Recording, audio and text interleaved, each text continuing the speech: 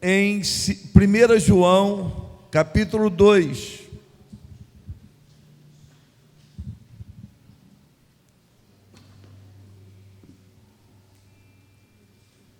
Primeiro João, capítulo 2. Toda a igreja está ciente, queridos, do problema, e que a gente vai começar essa obra amanhã, e que amanhã os pedreiros já estão aqui para começar a destruir o muro ao lado. Todos cientes, né? Amém. Glória a Jesus por isso. Versículo 1 diz assim, na minha tradução, como eu já falei para vocês, da Bíblia King James. Quem puder ter essa Bíblia, tenha, adquira, porque é boa. Eu dei uma de presente, mas não posso dar outra não, agora não. Mas depois eu dou. A Bíblia King James é muito boa. Está escrito assim: caros filhinhos, 1 João 2, 1. Caros filhinhos, estas palavras vos escrevo para que não pequeis. Se, entretanto, alguém pecar, temos advogado junto ao Pai, Jesus Cristo, o justo. Amém? Queridos, como é que eu vejo o grande amor de Deus?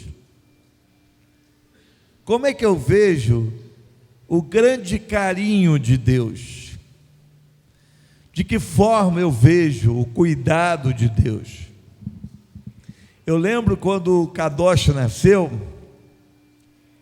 ele ficava num bercinho, e ele era um pouquinho assim, calmo demais, e deixava a gente um pouco preocupado, porque parece que a gente bota na cabeça que uma criança tem que estar berrando, gritando, e aí está tudo bem, né? Porque quando grita, você reclama porque deve estar com dor. Quando é quieto demais, você acha que está acontecendo alguma coisa. A sua preocupação é tão grande que você acha sempre alguma coisa, né?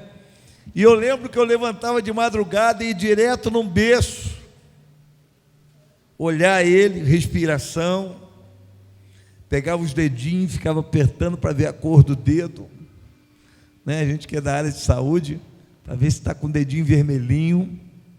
Eu apertava assim, o dedinho dele ficava vermelho. Eu falei, está ótimo.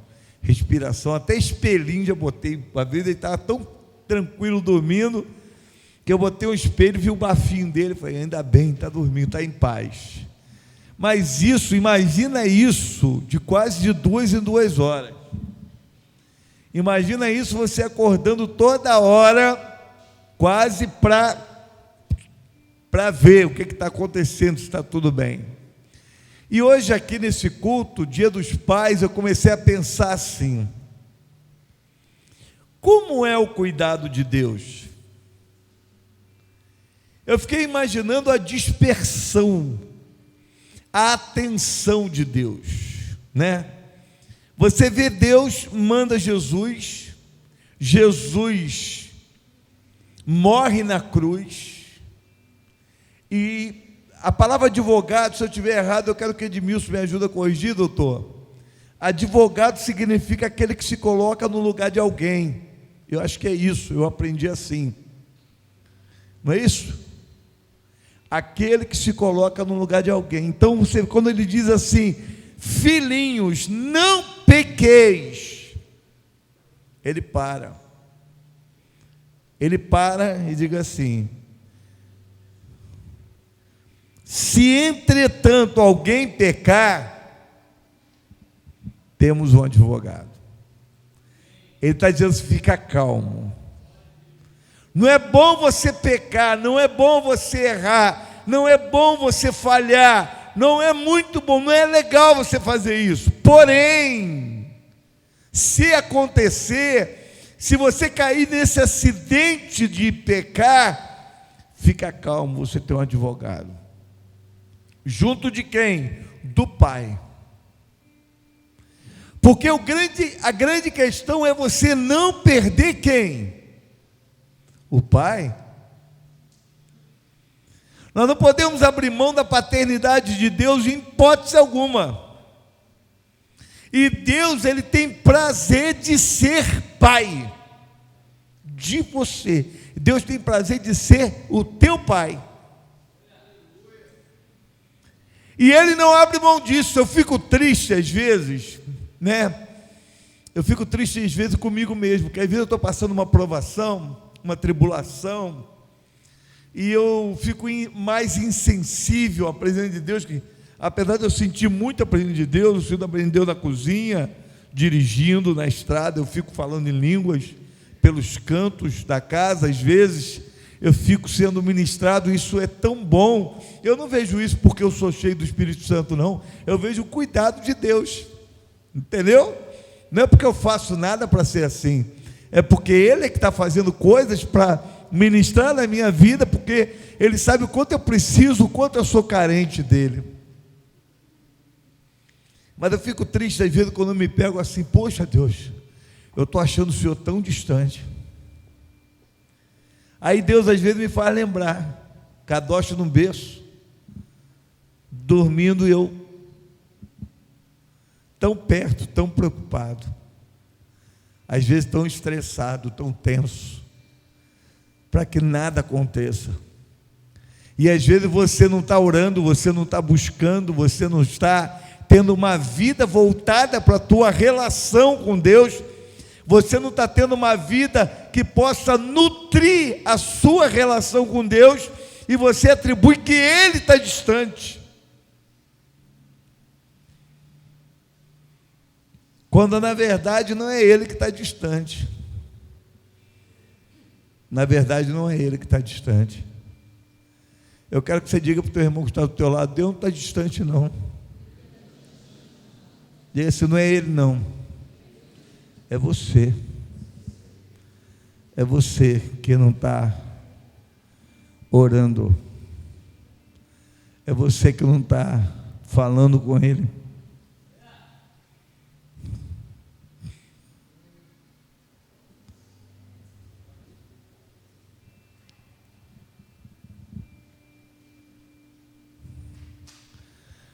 Nós administramos de forma errada nosso tempo,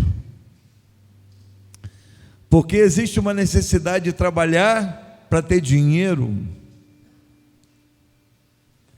existe necessidade de comer para se manter vivo, existe necessidade de se divertir, existe necessidade de se relacionar com pessoas, existe necessidade de passear, de viajar, de conhecer, de adquirir informação, cultura. Mas a necessidade de Deus, parece que Deus não colocou na nossa carne, no nosso psique, a necessidade dele. Você come porque sente o quê? Fome. Você quer uma roupa nova porque você tem vaidade. Você quer se divertir porque você precisa ocupar teu espaço, teu tempo, né? Com alguma coisa que você possa se divertir. Mas eu não vejo espaço e tempo. Deus não deixou isso para mim dizer assim: eu estou agora sentindo necessidade de Deus.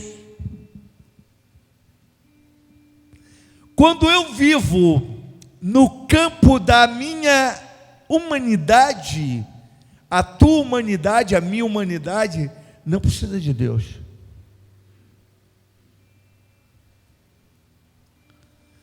Sabia disso? Não precisa, não, vamos mudar a palavra. A nossa humanidade não sente necessidade de Deus. A palavra estava errada.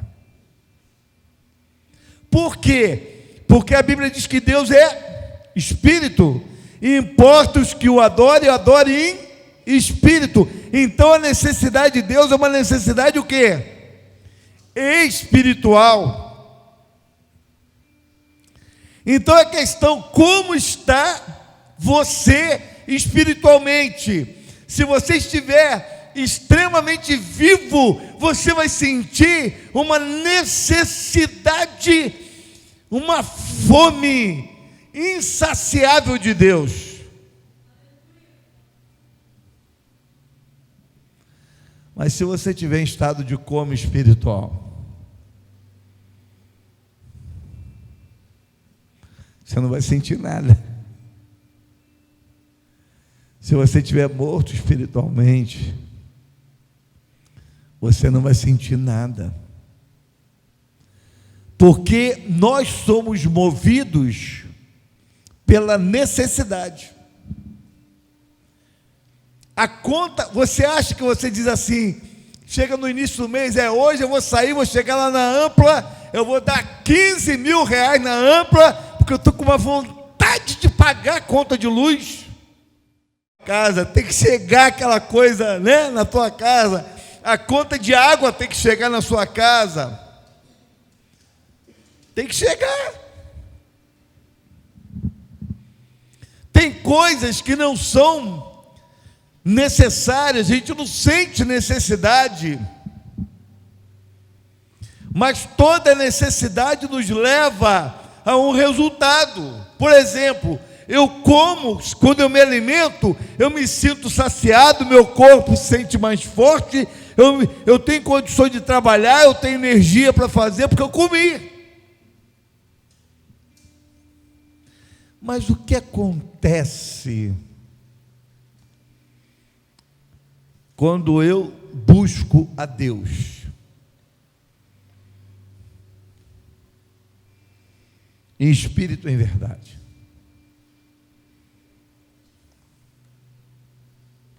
O que acontece? O que acontece é que eu me torno dependente dele. Eu me torno íntimo dele. E aí, todas as promessas que estão na palavra, para aqueles que buscam a Deus, recaem sobre a minha vida. Mas a questão é, eu vou começar a buscar a Deus porque eu tenho necessidades físicas, ou eu vou buscar a Deus porque eu tenho uma necessidade espiritual de sentir a sua presença e de viver completamente íntimo dele?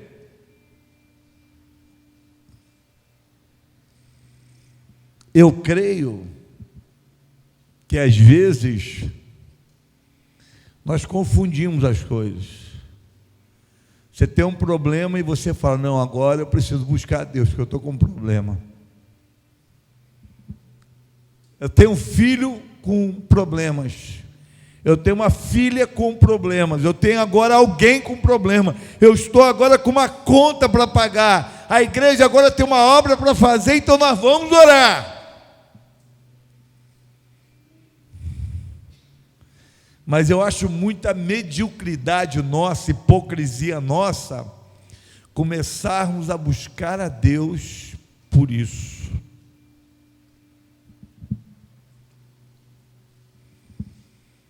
Por que não poderíamos buscar a Deus simplesmente, né? Existem pessoas assim um pouco estranhas que dizem assim, e aí, você está buscando a Deus por quê? Você tem um motivo pessoal? Estou buscando a Deus só por gratidão, sou muito grato, eu vim aqui só para agradecer. Eu acho às vezes essas pessoas um pouco mais problemáticas do que aquelas que dizem assim, não, eu quero a Deus porque eu preciso de uma casa, eu quero a Deus porque eu preciso de uma bênção, eu quero ganhar uma... Eu prefiro esse tipo de gente do que aquele que diz assim, eu vim só para agradecer. O que diz que veio só para agradecer é o mesmo que no meio da caminhada é colocado à prova, diz que não pede nada, mas murmura, porque Deus não deu. Outra coisa, queridos, preste bem atenção, tudo que você colhe é fruto do que você planta, amém? Onde você está plantando? Em pessoas? Deixa eu dizer uma coisa para você, tem gente que sofre e pergunta assim: por que que eu estou sofrendo? Por que que você sofre? Às vezes porque você é injusto. Você sofre às vezes porque você é mau. Você é uma pessoa má. E Deus te ama tanto que Ele está permitindo que você sofra, para que você saque o que você está vivendo, perceba o que você está vivendo e mude. Pastor, mas eu não sou mal? É sim, queridos. Porque às vezes eu não vejo maldade quem faz maldade. A Bíblia diz que quem deixa de fazer o bem está pecando. Você pode fazer, mas não faz. O que eu me refiro nessa noite é que quando você anda distante de Deus, você menos se parece com Ele. E quando você é mais íntimo de Deus, mais você se torna parecido com Deus. Você já parou para pensar que Deus, Ele é um Pai, Ele é uma pessoa, e Ele é tão amoroso que Ele manifesta o seu Espírito, que é uma pessoa e que é Deus. Ele enviou o seu Espírito, uma pessoa, para cuidar de nós. Uma ocasião, Ananias e Safira, eles deixaram de esconder um dinheiro. Olha só que tolice. Eles não tinham obrigação, eles podiam chegar para Pedro e falar assim: Pedro, olha só, nós vendemos uma propriedade por 30 mil, nós queremos ficar com 20 e queremos dar 10 para a igreja. Está tudo bem, era verdade, não é? Não podia ser assim. Mas eles fizeram o que? Eles pegaram aquela oferta e deram toda, como se estivesse dando tudo que eles tinham vendido. Aí Pedro, cheio do Espírito Santo, falou para ele: por que você está tentando enganar o Espírito Santo? Aí Pedro disse assim: você não está tentando enganar a homem, não, você está enganando a Deus, hein? O que ele está dizendo? A igreja, nós igreja, que essa igreja aqui, eu como pastor dela, líder dela, eu não acredito que ela não esteja aos cuidados do Espírito Santo. Essa igreja aqui tem alguém por ela. Essa igreja aqui tem um advogado. O advogado também é colocado, a condição de advogado é colocado também sobre a pessoa do Espírito Santo. Ele está sobre a igreja. Essa igreja tem alguém por ela. Por isso que alguém diz assim: pastor, o senhor não está preocupado com isso, o senhor não está preocupado. Eu não me preocupo muito não, sabe por quê? Claro que eu tenho que me preocupar a nível pastoral de muitas coisas, eu tenho que cuidar de muitas coisas, eu tenho que ficar zeloso para que o lobo não entre na igreja e tudo mais. Porém, essa igreja tem dono. E o dono dela comprou ela. E o dono dela mandou alguém igual a ele cuidar dela, no mesmo nível, do mesmo jeito, igualzinho a ele.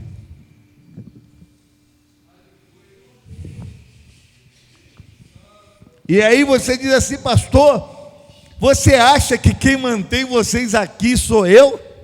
Você acha que quem faz o louvor tem alguma coisa a ver com o pessoal do louvor? Você acha que toda a estrutura que está aqui funciona por causa de alguém, de algum mecanismo estrutural humano? Tudo aqui funciona porque essa igreja é um organismo vivo, é o corpo de Cristo, e ela tem o Espírito Santo que cuida e protege e flui, e a vida flui sobre vocês. É isso que acontece. A vida de Deus, a vida de Deus, a vida de Deus está fluindo. Toda a igreja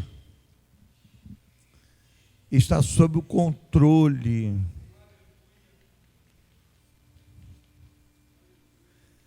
A igreja toda está sob o controle dele. Claro, precisamos conservar nossos joelhos no chão, precisamos conservar nosso coração nele, precisamos conservar nossa adoração voltada para ele, precisamos conservar nossas mentes totalmente focadas nele. Por quê?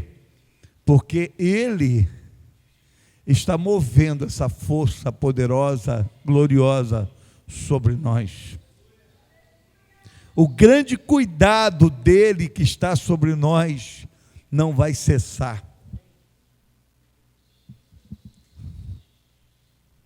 Então, qual é o papel de cada membro da igreja? Qual é o papel seu, querido? Qual é o seu papel? Qual é o teu papel? Ouvir a voz de Deus. Eu quero que você pare para ouvir a voz de Deus. A voz de Deus, ela, quando Deus fala, queima dentro de você, arde dentro de você. Quando Deus fala, você sabe que é uma conexão do seu Pai com você. Quando Deus está conectado com a gente, a vida de Deus flui dentro de nós. Sentimos, é manifesto, são reações vivas que se manifestam sobre nós. Amém? E nós precisamos da vida de Deus fluindo sobre nós. E essa vida se chama Espírito Santo de Deus. Amém? Vamos nos colocar de pé.